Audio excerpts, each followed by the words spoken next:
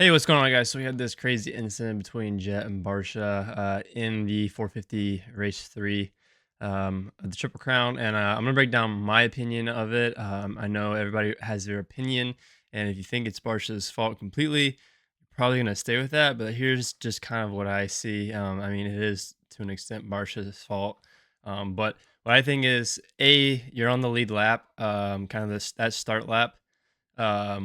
You need to kind of be a little bit more cautious about where you go because everybody's bunched up. And Jet turns down. He's with his brother. He probably doesn't think anybody's that close. Like he has the space to make that cut down. But like when you're on that first lap or the first two laps, you kind of have to wait till everybody spaces out before you can like really pick your race line. Because Jet was doing that the whole race in race two. However, Barcia might not know that, and he might not anticipate that. And I think that's part of what happened and what cut Barcia off is that he wasn't expecting Jet, at least on that beginning lap or so, to cut down, especially because like sometimes these corners are jam packed with guys or guys are right behind you. And I get it. He's trying to make a pass, but you kind of have to play a little bit defensive, so it's protective, and he should have gone wide. But that, I mean, that's just kind of where the racing incident starts, in my opinion. Barsha, he's coming in. He's got Vince Freezy right behind him.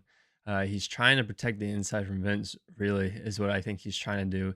He's not anticipating that Jet cuts down because Jet cuts down like right at halfway through that bull turn. He's getting pretty close to that tough block as he exits to the left.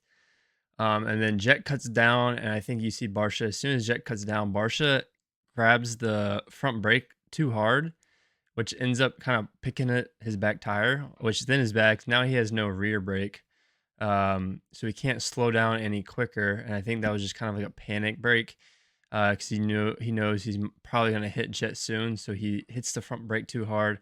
Now he's riding the front nose, so he can't rear brake as well. So he can't slow down as fast as he possibly could to reduce the impact. Luckily, I think Jet saw it and knew he was going to get hit because you see Jet didn't like really accelerate through. He just kind of like started to tighten up, which is good because if he had tried to probably accelerate through, just Barcia probably would have went front nose into his knee, his left knee, and then that would have probably exposed a risk of having some knee damage at that speed, and that's way worse than just getting kind of hit. I think luckily he probably got his elbow pad or his the handlebar pad into his elbow, which probably saved him a bit. But I think if he had accelerated just a little bit more, if Barcia's front wheel was probably going to go into his knee, and that would have been kind of a wrap for Jet for a while. I think at that speed, he probably would have had some knee damage or maybe a broken shin. I don't know. So luckily, Jet did that. It was really close to being way worse.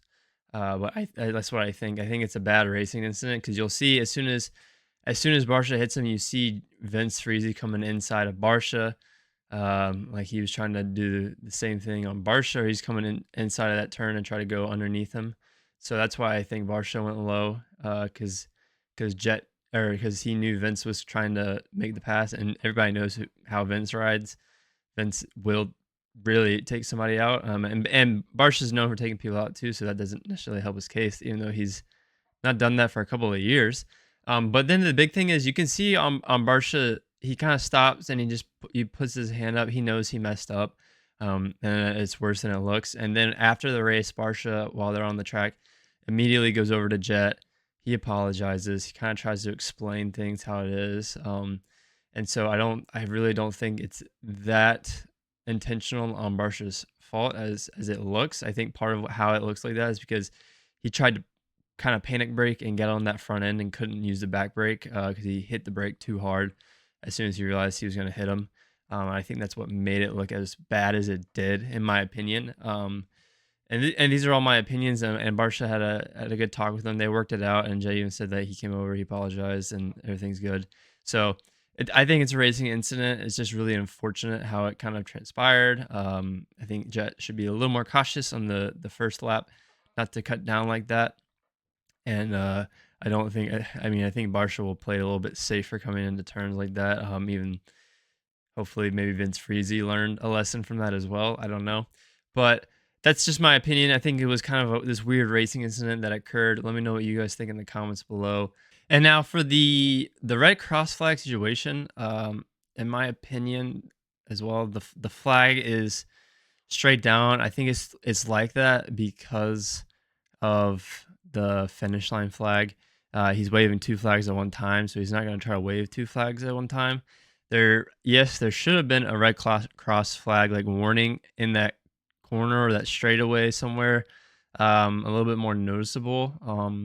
But there wasn't, and so then Jett jumps over, and he sees it as well. As soon as he jumps over, he looks down to the right, and he sees the rider down, who I and he sees the medic crew working on him, and he kind of immediately realizes, oh, there was a red cross flag back there, wasn't there? And he looks back, gets pissed off, and then a few more people jump. And when I do think when a few more people jump, there might be a situation where there should have been another flag to make it more noticeable. Because usually these guys are pretty good about seeing it. I mean, Tomac rolled it. But there's, when you have five guys jump it, there might be a problem with how the flag was displayed, or if there's another way to show another flag. And but he, Jett, as soon as he jumps over and he sees the guy on the ground, the medic crew, and he quickly realizes there probably was a red cross flag. And I get some people want to argue that it's after the race, but I think the rule is the rule. Even if the race is over, the guy is still on the ground, and the medic crew is still there, so it still presents a risk to the medic crew and further injuring the rider on the ground, and that's where like the rule has to come in. And to get away with just really a two-position penalty is not that bad, especially in a Triple Crown race in the grand scheme of things, because last time when Sexton jumped the red cross flag, he lost 7 points, which that's a lot more than really two positions for some of those guys. If you finished, outside of this top 4 or 5, you're only losing a point of position, so that's 2 points versus Chase lost 7 points, which is the difference from first to fourth with how the points run. So just losing 2 positions really wasn't that bad of a penalty as well, and so many people lost it, and I don't think Jett would have won that last main with the start he got. If they started the same way, Tomac was going to win that race. I think Tomac kind of manages the races a little bit, but so I don't think it would have impacted the overall, like people might think it would have. But that's just my opinion. He jumped it. The flag, yes, the flag should probably have been in a better position, or there should have been another flag. But it doesn't matter. He still jumped. Eli rolled it, and if only 5 people rolled it, or 5 people jumped it, and everybody else rolled it. There's also people are seeing it. There is this issue with seeing it, but I get it. The race is over, but the rider's still down. The crew, the track crew, or the medics, they're still there. And so that's why I think they had to enforce the penalty, even if it's after the race or not. It still presents a hazard to the team that's down there and the rider. But that's my opinion. Let me know what you guys think in the comments below. I'll catch you guys in the next one. Peace.